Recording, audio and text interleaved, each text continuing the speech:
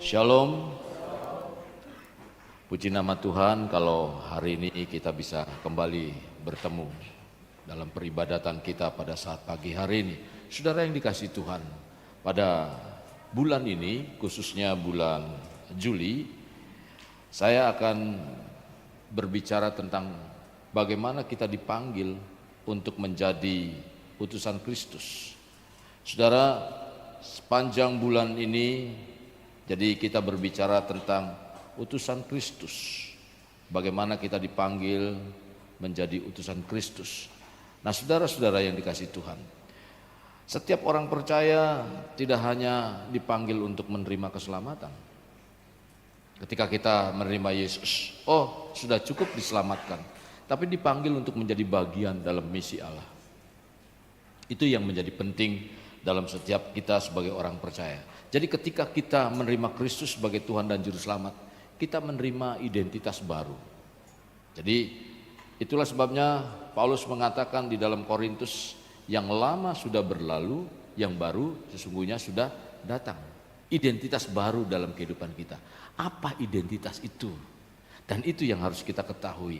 Identitas baru sebagai anak-anak Allah sekaligus juga memiliki tanggung jawab baru. Menjadi apa? Menjadi utusan Allah. Nah, hari ini, minggu ini saya akan berbicara tentang diutus bagi yang terhilang. Jadi utusan itu siapa? Kita sebagai utusannya diutus untuk apa? Diutus untuk orang-orang yang terhilang. Banyak orang Kristen berpikir saat kita menerima Yesus Kristus sebagai Tuhan dan Juru Selamat dalam kehidupan kita, kita beroleh jaminan hidup kekal. Betul. Jaminan hidup kekal dan masuk surga itu betul, saudara. Tetapi yang harus kita pikirkan, yang harus kita ketahui lebih lanjut adalah, saudara, bahwa keselamatan, ya, dalam Alkitab itu keselamatan mencakup pembebasan dari kuasa dosa, betul, kuasa iblis. Terus apa lagi? Penghukuman dan pemulihan hubungan antara Allah dengan kita sebagai manusia. Sejak manusia jatuh dalam dosa, manusia kehilangan hubungan. Manusia kehilangan hubungan dengan Allah dan tujuan hidupnya. Jadi saudara-saudara yang dikasihi Tuhan, orang lain, kalau saudara sekarang setelah kita mengenal firman Tuhan dan tahu firman Tuhan, saudara tahu tujuan hidup, berarti Allah sudah mulai mengarahkan kehidupan saudara tentang tujuan itu. Karena Tuhan menyelamatkan kita agar kita hidup di dalam tujuannya. Contoh, misalnya begini, tujuan Tuhan, semua apa yang ada dalam kehidupan saudara, keperluan saudara di dunia ini, Tuhan akan cukupkan. Kebutuhan saudara di dunia ini, Tuhan akan cukupkan. Tuhan tujuannya ke sana, membawa saudara yang tadinya saudara nggak tahu tujuannya, tujuan Tuhan, sekarang diambil melalui Yesus Kristus. Sudah dibawa tujuannya ke sana, diarahkan ke sana. Sekalipun mungkin berbeda dengan kehendak saudara, tapi tujuan Tuhan selalu baik, walaupun bertentangan dengan tujuan saudara. Tapi kalau kita mengikuti tujuan Tuhan, pasti baik adanya. Maka saudara-saudara yang dikasihi Tuhan, itulah yang Tuhan inginkan. Jadi melalui keselamatan di dalam Kristus, hubungan kita dipulihkan. Nah, tetapi pemulihan, saudara, pemulihan bukan hanya untuk dinikmati secara pribadi, melainkan kita harus, saudara, mengikutinya apa yang jadi kehendak Tuhan. Nah, itulah sebabnya saya ingin berbicara pada saat ini diutus bagi yang terhilang. Diutus bagi yang terhilang.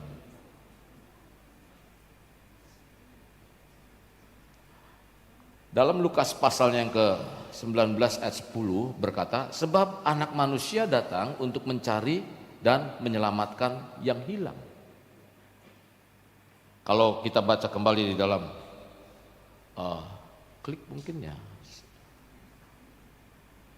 Yohanes 20 ayat 21, maka kata Yesus sekali lagi, damai sejahtera bagi kamu, sama seperti Bapa mengutus aku, demikian juga sekarang aku mengutus kamu.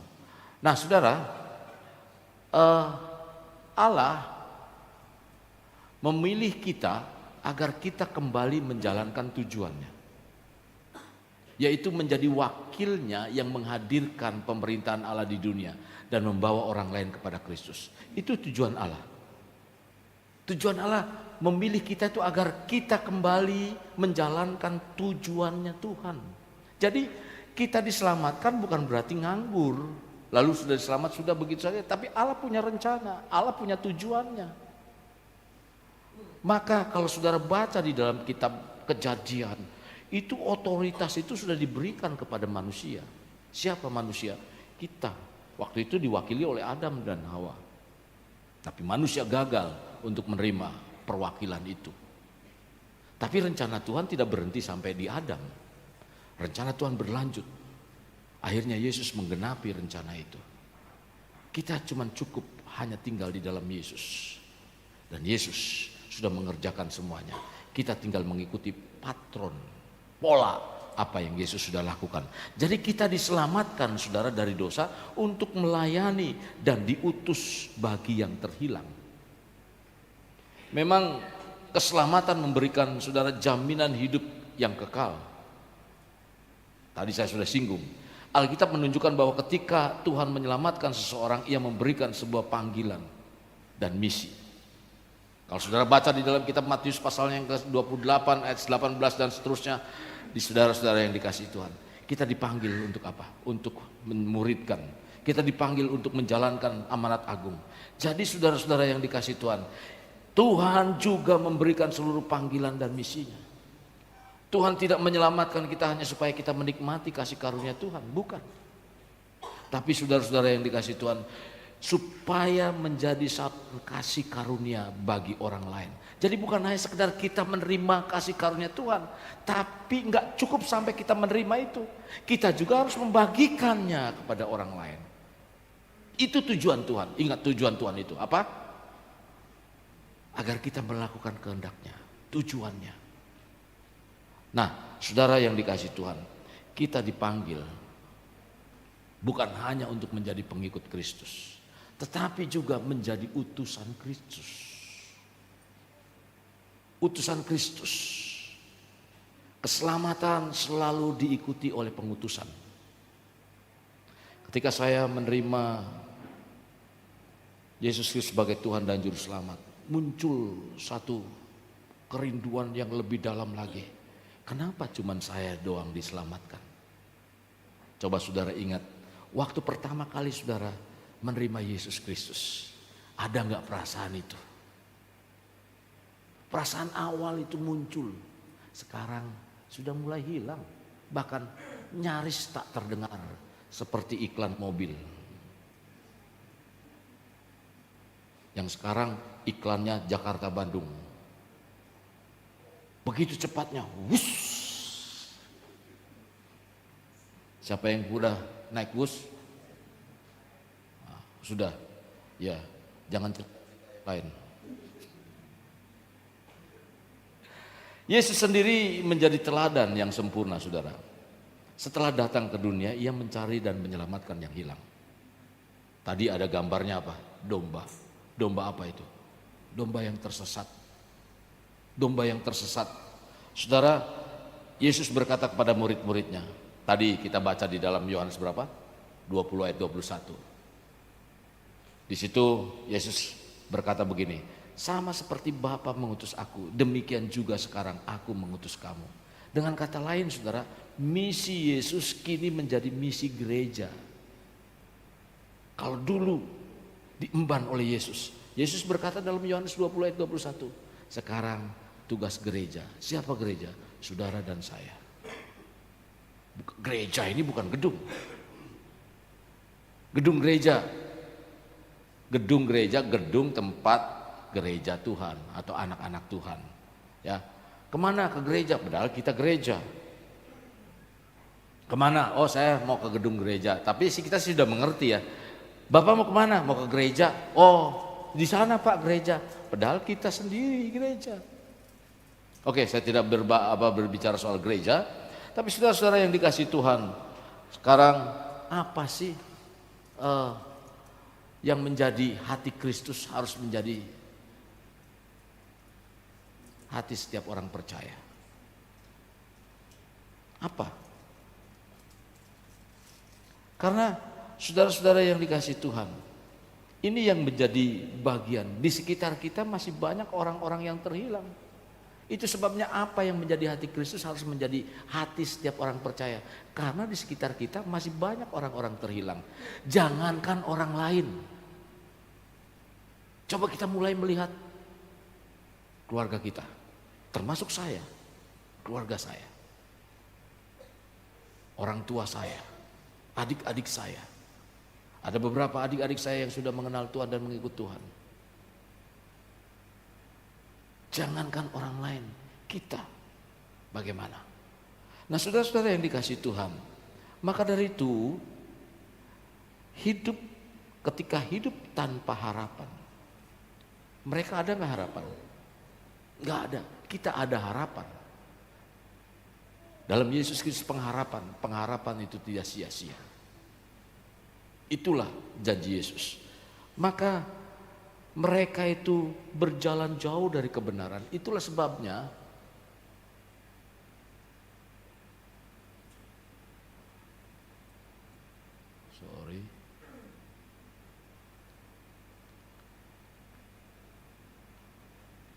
selalu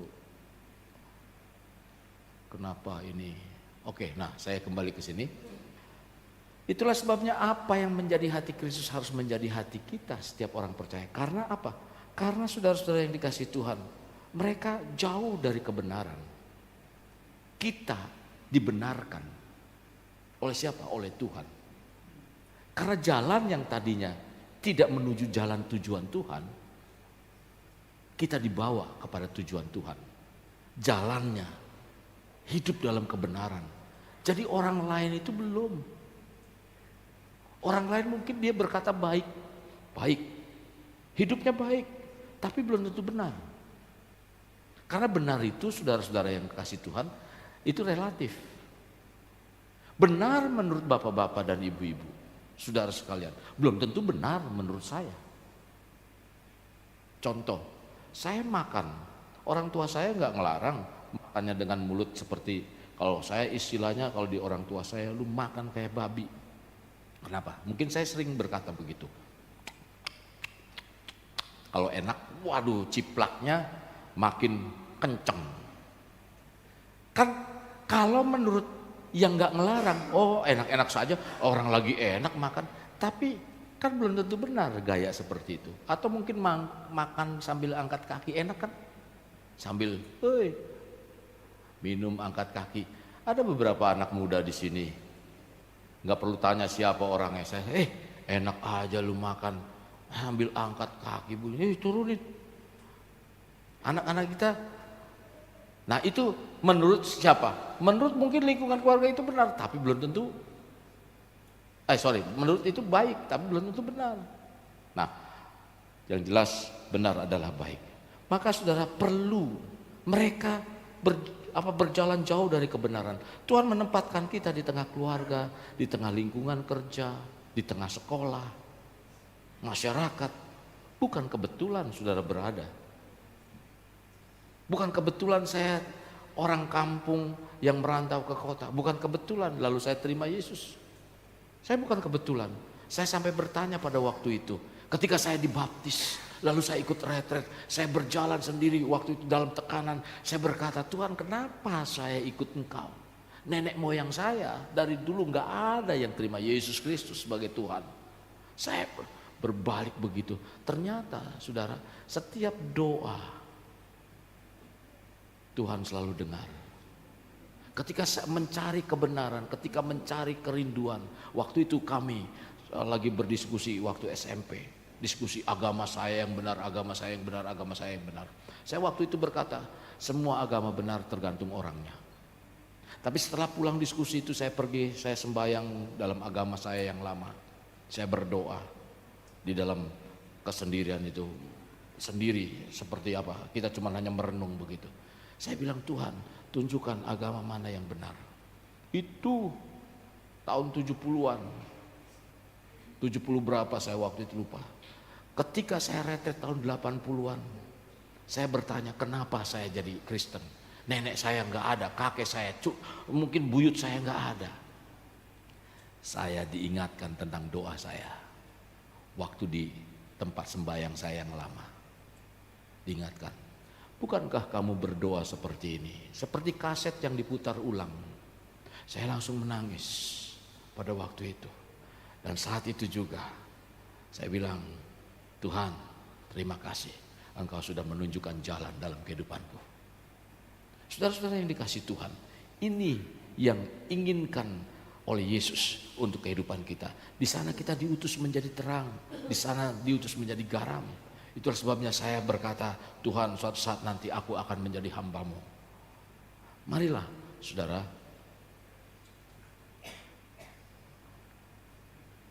kita diselamatkan bukan hanya untuk menerima berkat, tetapi untuk menjadi berkat.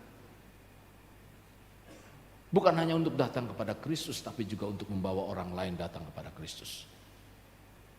Tadi saya sudah katakan, jangan jauh-jauh dulu nyebrang. Kita akan menjadi saksi di mana? Yerusalem. Sekitar kita. Sudahkah perkataan kita menjadi berkat bagi keluarga kita, anak-anak kita, istri kita? Sudahkah kehidupan kita menjadi berkat? Sudahkah kehidupan kita menjadi saksi bagi orang tua kita? Ini yang menjadi penting. Sekarang saudara-saudara yang dikasih Tuhan, kalau misalnya hari ini, saya nggak tahu ada berapa, 100 ada Pak? 100 lebih. Kalau hari ini ada 110 misalnya, 110. Minggu depan kita ngedoain anaknya, minggu depannya lagi ada yang hadir.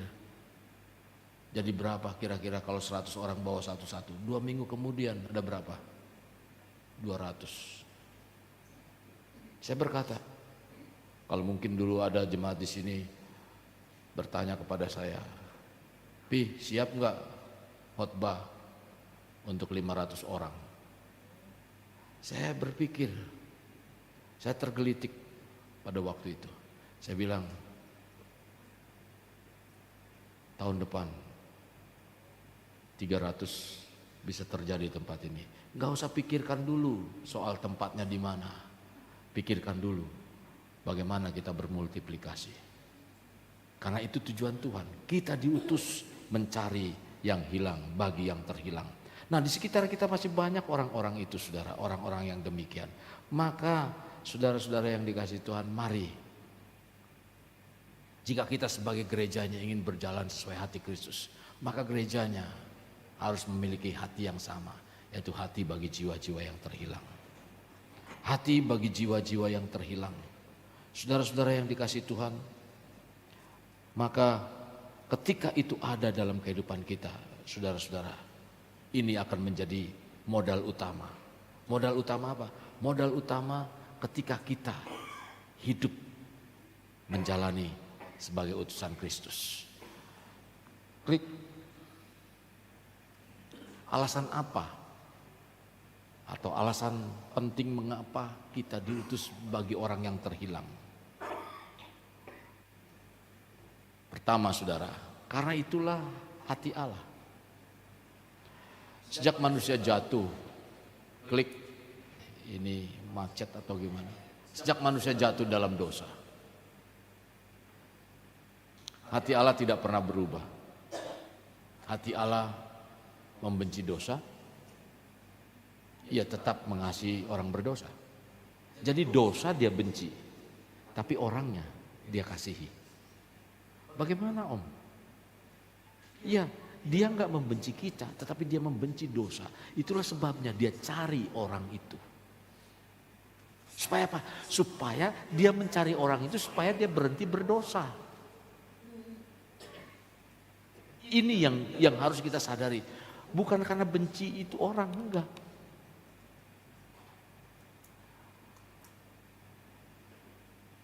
Tujuan Allah bukan menghukum manusia. Tujuan Allah melainkan menyelamatkan dan memulihkan agar kembali hidup dalam hubungan yang benar dengan Tuhan. Itu tujuannya. Kalau engkau tidak tahu tentang tujuan itu, ya, orang tua kita, mungkin suami kita, anak kita enggak tahu. Tujuan Tuhan tuh kadang-kadang saudara memang enggak menyenangkan. Bertentangan dengan apa? Dengan kehendak daging kita. Daging kita kepinginnya apa sih? Selalu mengenakan. Tapi Tuhan, Dia melihat jauh ke depan. Bukan soal yang enak dalam kehidupan kita. Maka kalau saudara-saudara yang dikasih Tuhan, tujuan Tuhan menjadikan saudara berpasangan suami istri supaya apa sih? Yang bahagia atau yang menikah kepingin apa? Kepingin bahagia dengan pasangannya yang cocok. Betul? Itu salah. Kalau saudara pengen bahagia dengan berkeluarga, belum tentu bahagia. Saya seminggu menikah berantem, nggak bahagia.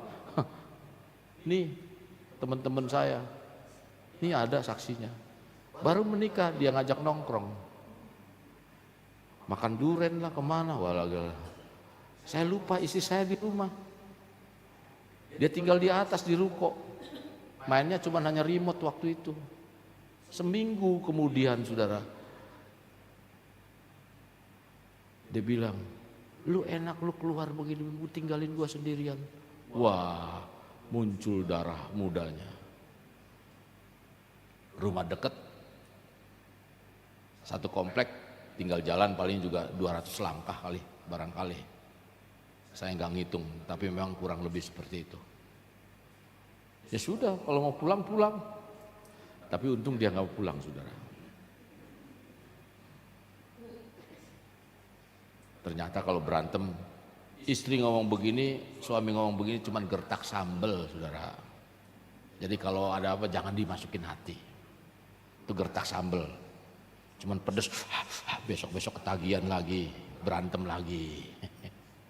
Nah, saudara saya yang dikasih Tuhan, ini. Jadi Allah tidak tinggal diam, tetapi mengambil inisiatif. Mengambil inisiatif untuk mencari, memulihkan dan menyelamatkan manusia. Itulah sebabnya Allah bertanya, bukan berarti Allah nggak tahu di mana Adam. Kan Allah Maha tahu, betul? Kenapa dia bertanya? Seringkali kan, oh Allah Maha tahu. Kenapa dia bertanya?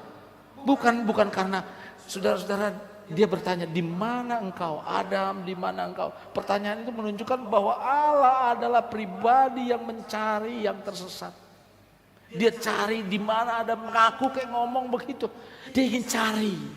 Dia rasa kehilangan ketika Adam jatuh di dalam dosa. Dia rasa kehilangan komunikasi ketika dia jauh dari Tuhan. Jadi orang-orang yang terhilang tetap dicari sama Tuhan. Tugasnya siapa? Tugas kita. Apalagi anak kita. Anak kita yang gak beres saja kita masih akui anak. Betul. Kita masih bela-belain. Tapi belum tentu anak. Orang tua sudah bela-belain. Belum tentu anak merespon dengan seperti itu.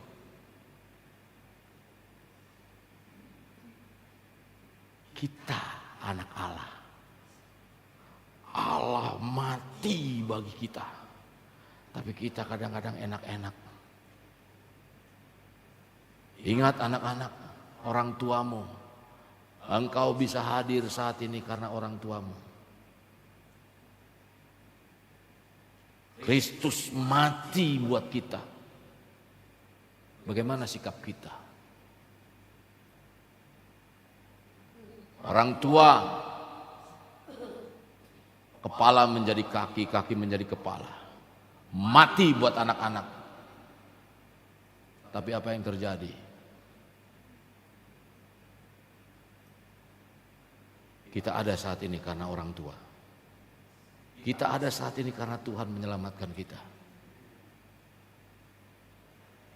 Saudara yang dikasih Tuhan, Adam dan Hawa berdosa. Mereka bersembunyi. Jadi keselamatan bukan dimulai dari usaha mencari Allah. Klik. Keselamatan bukan dimulai dari usaha manusia mencari Allah. Melainkan dari hati Allah yang penuh kasih. Dia lebih dahulu mencari manusia. Bukan dahuli.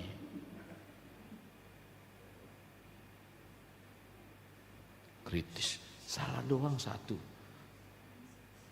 Apa itu dahuli? Padahal saudara baca itu kan bisa ngerti ya. Dahulu. Oke, jadi Allah terlebih dahulu mencari manusia.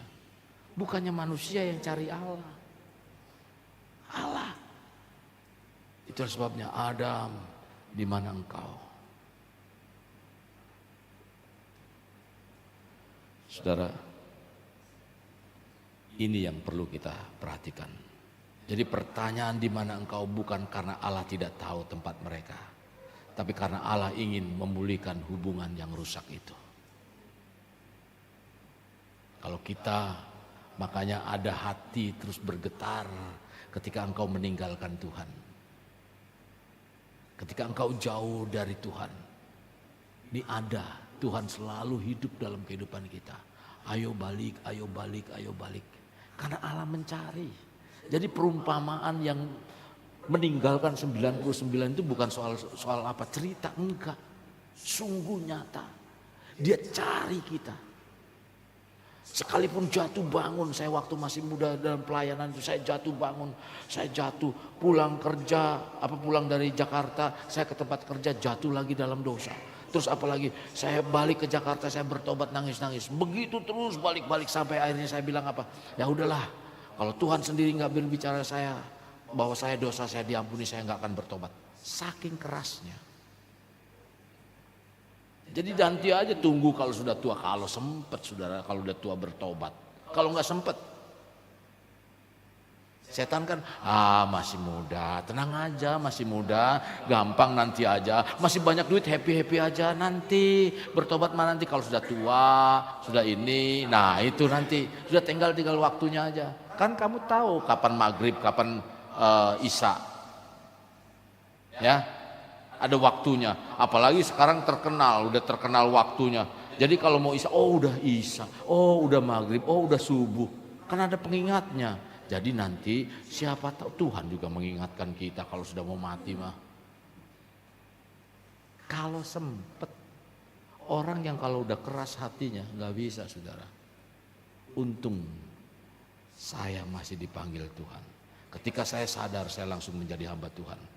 Walaupun sedikit ngebohongin sama orang tua saya. Padahal menurut saya nggak bohong sih. Kamu kemana? Mau sekolah? Sekolah apa? Saya padahal sekolah Alkitab. Sekolahnya di mana? Kalau saya sekolahnya di Ngawi itu ya lain. Saya sekolahnya di Australia pada waktu itu. Kamu ngapain sekolah? Sekolah apa? Sekolah Inggris. Karena kan Australia bahasa apa? Inggris. Jadi bukan bahasa Jawa. Kalau saya sekolahnya di Jawa, di Malang tuh. Mau ngapain sekolah Inggris? Ngaco namanya itu. Ngebohong. Nah kadang-kadang muncul itu tiba-tiba. Oke saudara-saudara yang dikasihi Tuhan. Jadi sebab anak manusia datang mencari untuk menyelamatkan yang hilang. Ini adalah pernyataan misi Yesus. Ia datang bukan hanya mengajar atau melakukan mujizat. Tetapi secara khusus mencari orang-orang terhilang karena dosa. Mencari orang-orang yang terhilang karena dosa saudara. Nah sehubungan dengan hal ini, Allah selalu mengambil langkah pertama. Menyelamatkan yang hilang. Selalu mengambil langkah pertama. Jadi sekarang kita diutus untuk bagi yang terhilang. Kalau Allah mengambil langkah terutama. Ketika saudara melangkah, ada gak penyertaan Tuhan? Ketika saudara berdoa untuk anak saudara. Kondisinya apapun. Menurut pikiran kita, nggak mungkin dia terima Yesus, nggak mungkin dia kembali, nggak mungkin begini-begini. Saudara berdoa. Masih ada berapa bulan tahun ini? Tahun depan mungkin bisa bersama-sama dengan saudara. Katakan dengan iman saudara. Mungkin jauh. Enggak mungkin dan seterusnya. Saya yakin dan percaya Tuhan selalu berkarya. Dia ada. Maka di sini katakan apa? Dia selalu mengutamakan langkah pertama.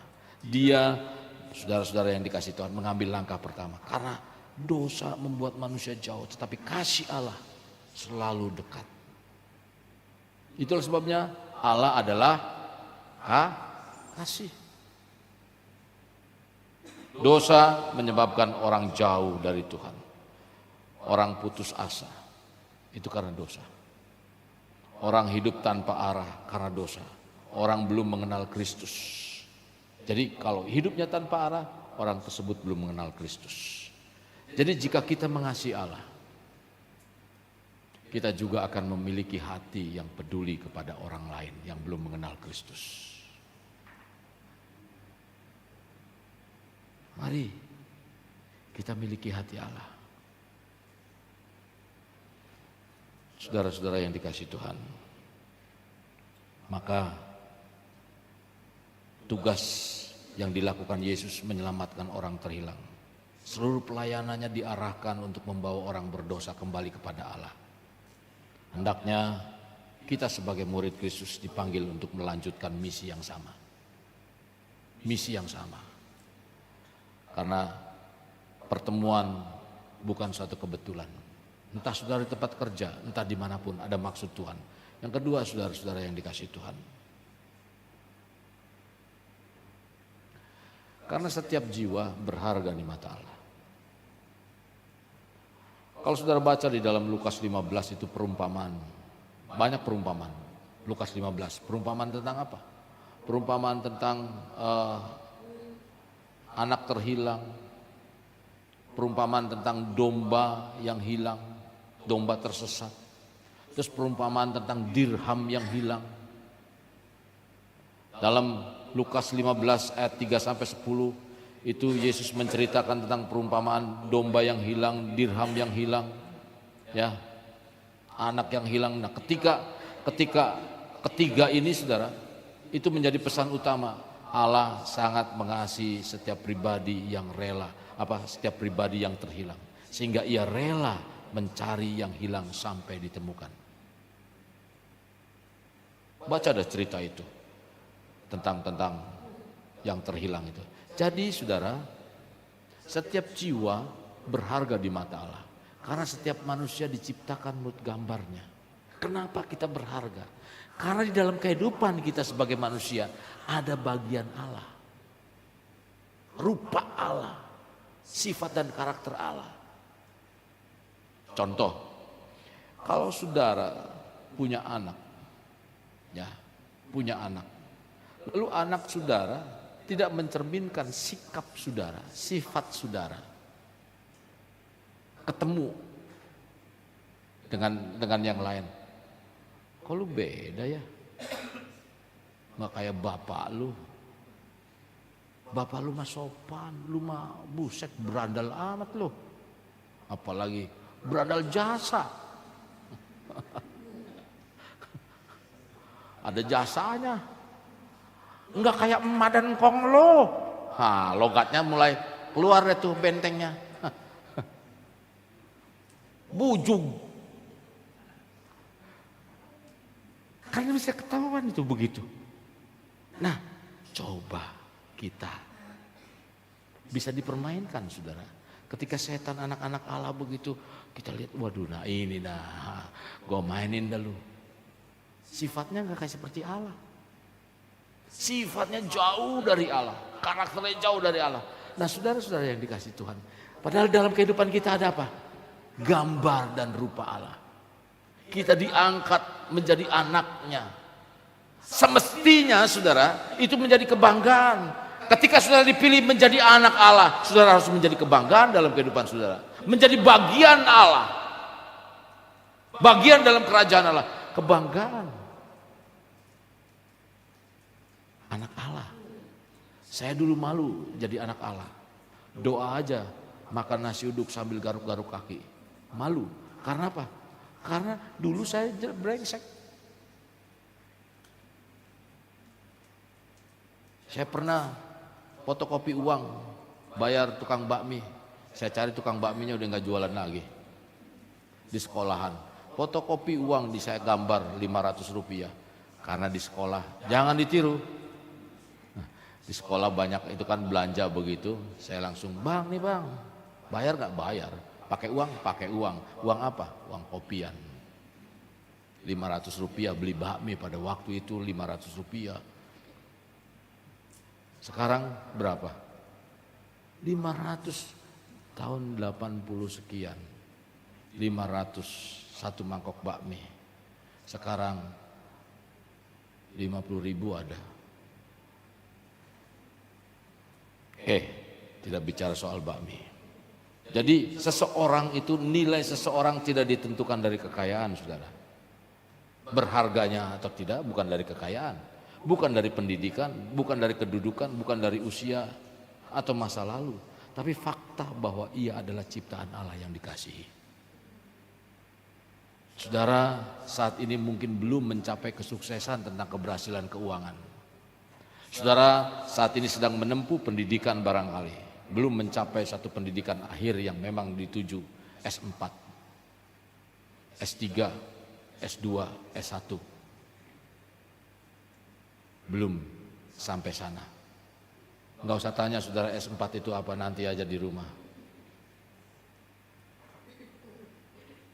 Tapi Yesus menjadi engkau berharga. Bukan karena pendidikanmu, bukan karena keuanganmu, bukan karena kemampuanmu, bukan karena usiamu. Karena engkau adalah diciptakan serupa dan segambar dengan Allah.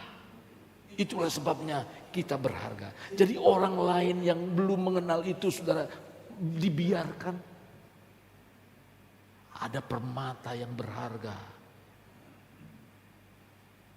Mari kita kejar mereka, bawa mereka kepada Tuhan. Ketika manusia jatuh dalam dosa, Allah tidak membiarkan binasa. Sebaliknya Allah mengambil inisiatif untuk mencari, menyelamatkan manusia. Seorang gembala rela meninggalkan 90 tadi dalam perumpamaan tadi, saudara. Maka dari itu, saudara, Allah tidak ada seorang pun, bagi Allah tidak ada seorang pun klik. Bagi Allah tidak ada seorang pun yang terlalu kecil untuk diperhatikan atau terlalu jauh untuk diselamatkan. Tidak ada, karena nilai setiap jiwa terlihat dari harga yang dibayar oleh Allah untuk menebus manusia. Itulah sebabnya manusia berharga. Itulah sebabnya dia mati di kayu salib untuk siapa? Untuk saudara dan saya. Alasannya, saudara, itu kenapa kita menyanyiakan, kenapa kita berusaha, saudara, cuman hanya untuk menyenangkan diri pribadi kita. Coba senangkan Tuhan dulu, setelah itu baru kita, ya, ingat akan Tuhan. Apapun selalu ingat akan Tuhan. Jadi Allah tidak mengutus malaikat untuk memberikan harta benda sebagai tebusan, melainkan mengaruniakan anaknya yang tunggal, yaitu Yesus Kristus, mati di kayu salib. Saya pernah protes kepada Tuhan, Tuhan, kenapa sih engkau harus mati di kayu salib? Kenapa? Kalau engkau adalah Tuhan, kenapa engkau mau menjadi manusia? Kan engkau gampang saja untuk menyelamatkan manusia, enggak harus turun ke dunia. Jadi pertanyaan itu, saudara, apalagi pertanyaan sekarang dengan adanya internet udah masuk ke macam-macam. Saya bertanya pada waktu itu, kenapa? Karena yang diselamatkannya manusia. Supaya mengerti keadaan itu, dia harus menjadi manusia. Kalau yang diselamatkan kambing, maaf Tuhan, bukan saya menyamakan engkau dengan binatang. Kalau yang diselamatannya kambing, dia akan menjadi kambing. Supaya apa? Supaya bisa berkomunikasi dengan kambing itu. Manusia gampang protes. Kalau misalnya, saudara, enak aja Tuhan nyuruh-nyuruh. Kan engkau belum tahu manusia itu gimana. Aku udah jadi manusia. Jadi gak ada tuh istilah, gak mungkin Tuhan, gak kuat Tuhan. Aku sudah. Gak bisa ngampunin Tuhan, kamu gak tahu sakitnya tuh di sini. Apalagi saudara, banyak macam alasan. Gak bisa ampuni, aku sudah melakukannya. Jadi saudara, jika harga sebuah barang ditentukan oleh berapa besar seorang bersedia membayarnya, maka harga sebuah jiwa terlihat dari darah Kristus yang dicurahkan demi keselamatannya. Bingung bahasa ini? Misalnya, jangan dihilangkan orang yang ada. Jadi jika sebuah barang ditentukan oleh berapa besar seorang bersedia membayarnya. Nih, anggaplah ini sebongkah berlian. Ditentukan oleh apa? Serba besar. Berliannya yang besar, jadi harganya apa? Besar. Jadi sebuah jiwa terlihat darah Kristus yang dicurahkan. Artinya saudara, begitu besarnya jiwa kita itu. Sehingga Yesus mati, darahnya tercurah untuk kita. Dia mau bayar. Berarti kita berharga sekali. Sadar?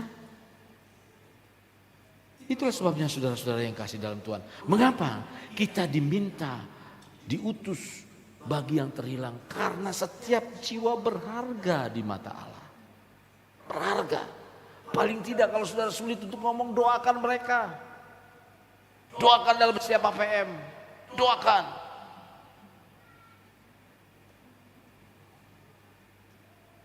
Jadi saudara-saudara, maka yang ketiga, langsung yang ketiga. Kenapa kita diutus bagi yang terhilang? Karena tanpa Kristus manusia binasa. Nah, sejak manusia jatuh ke dalam dosa, hubungan yang harmonis dengan Allah menjadi rusak. Sehingga manusia tidak mampu menyelamatkan dirinya sendiri. Sebaik apapun perbuatan seseorang, saudara, ia tidak dapat menghapus dosanya. Ia tidak dapat memulihkan hubungan dengan Allah melalui usahanya sendiri. Itulah sebabnya Allah mengatakan upah dosa adalah maut. Upah dosa adalah maut. Jadi kematian yang dimaksud bukan hanya kematian jasmani, saudara, tetapi keterpisahan kekal dari Allah. Itu ada keterpisahan kekal dari Allah. Karena itu tanpa Kristus, tanpa Kristus manusia hidup tanpa pengharapan dan keselamatan. Makanya kenapa saudara kita diutus bagi yang terhilang itu? Karena tanpa Kristus manusia binasa. Apa urusannya dengan Kristus? Karena kita sudah ditebus oleh siapa? Kristus. Nah, mereka nggak tahu tentang Kristus itu. Siapa yang tahu? Saudara tahu tentang Kristus. Maka dari itu saudara, beritakan Kristus kepada mereka. Karena tanpa Kristus mereka binasa. Kekristenan kalau tanpa Kristus maka tidak akan mampu menyelamatkan kehidupan saudara. Karena apa? Karena tanpa Kristus. Kristuslah yang menjadi utama dalam kehidupan bergereja. Kalau gereja saudara tanpa berbicara tentang karya Kristus, penyelamatan Kristus, saudara-saudara yang kasih dalam Tuhan, quote to quote, beware. Kalau gereja cuma hanya berbicara tentang kekayaan tanpa Kristus, beware, hati-hati. Karena yang menyelamatkan bukan kekayaan, yang menyelamatkan bukan siapa-siapa, yang menyelamatkan bukan Kristen, yang menyelamatkan adalah Kristus.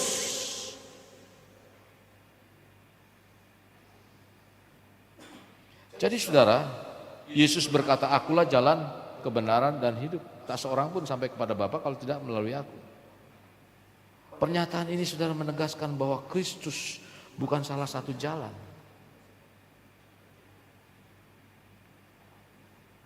Kristus bukan salah satu jalan yang menuju keselamatan, melainkan satu-satunya jalan yang Allah sediakan bagi manusia. Kebenaran ini saudara menjadi alasan mengapa gereja harus mencari dan menjangkau orang terhilang. Mereka bukan sekedar membutuhkan kehidupan yang lebih baik, bukan. Tetapi membutuhkan juru selamat. Tanpa Kristus, mereka tetap berada dalam dosa. Tanpa Kristus, mereka kehilangan pengharapan dan hidup kekal. Apakah kita berdiam diri untuk keluarga kita? yang tidak memiliki hidup kekal, yang ada dalam kebinasaan. Oleh karena itu, memberitakan Injil adalah tindakan yang terbesar. Karena melalui pemberitaan Injil, seseorang memiliki kesempatan untuk mengenal Kristus dan bertobat. Jadi setiap kali saudara kita membawa seorang kepada Kristus, kepada Yesus, kita sedang mengambil bagian dalam misi Allah. Untuk apa? Untuk menyelamatkan manusia dari kebinasaan menuju pada kehidupan kekal. Jadi saudara menjadi perantara menyelamatkan itu. Upahnya buat siapa? Bukan upahnya buat GPKDI, bukan. Upahnya buat saudara. Ngomong saja tentang Yesus Kristus dan keselamatan. Sekarang gampang saudara. Di mana? Ajang penginjilan itu banyak. Mau di gereja, mau di YouTube, mau di apalagi Instagram. Saudara bicara itu. Ngomong. Aku dulu begini-begini. Enggak perlu itu. Shoot aja di TikTok. Aku dulu begini. Kemarin ditinggalin istri. Joget-joget enak-enak asik. Begitu kan. Nah. Aku sekarang senang, bukan aku dulu lagi, begitu kan? Ya nyanyi aja gitu, cerita. Kan sambil daripada saudara enak begitu, waduh, mendingan saudara sambil enak. Ini makanan terenak, yang lebih enak adalah firman Tuhan. Nah sudah tuh masuk tuh. Kenapa? Gado-gado terkenal sedunia, tapi Yesus terkenal mendunia. Nah, itu sambungin aja dengan apa? Nyambung gak nyambung urusan itu yang lihat kan. Itu memberitakan Injil itu gampang untuk itu. Jadi saudara-saudara yang dikasihi Tuhan. Sekali lagi, setiap kali kita membawa seseorang pada Yesus, kita sedang mengambil bagian dalam misi itu. Saudara, Yesus memandang dunia ini tidak melihat sekedar kerumunan orang. Ia melihat jiwa-jiwa yang terhilang, yang membutuhkan kasih, pengampunan, keselamatan. Itu yang dia lihat. Dan setelah menyelamatkan kita, ia mempercayakan misi yang sama kepada kita. Yaitu saudara, hari ini Tuhan tidak sedang mencari orang yang paling hebat. Tuhan tidak mencari orang yang paling hebat.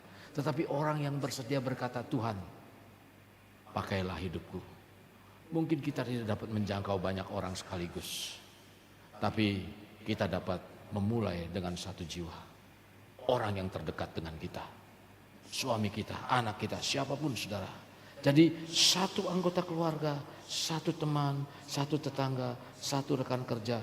Bisa jadi melalui ketaatan kita, satu keluarga mengalami keselamatan. Ketika kita taat kepada Tuhan. Jangan biarkan Injil berhenti pada kita. Klik. Jangan biarkan Injil berhenti pada kita.